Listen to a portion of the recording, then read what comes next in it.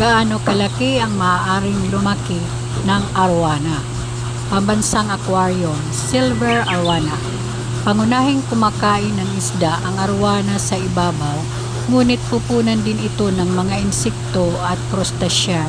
Ang species na ito ay maaaring lumaki ng higit sa 40 pulgada ang haba at tumimbang ng higit sa 13 pounds. Hindi pa nasusuri ang populasyon ng mga silver arwana. Ang isdang ito ay nabiktima ng mas malalaking isda. Ilang arwana ang nasa isang tangke?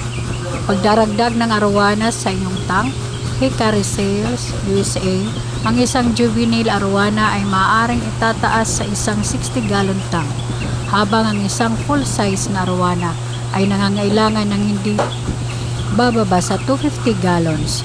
Gusto mo ring isaalang-alang na panatilihin ang kanilang tangke sa isang mababang lugar ng trapiko ng iyong tahanan dahil sa pagiging makulit ng arwana.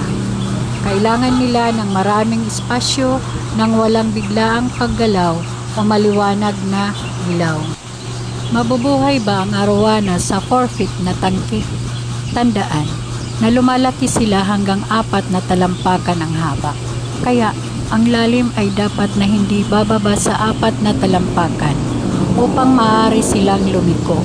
At ang haba ay dapat na hindi bababa sa 2 bisis ang haba ng isda bilang isang minimum. Iisipin ko pa rin na napakaliit. To be honest, arwanas is more of a pond fish than aquarium fish.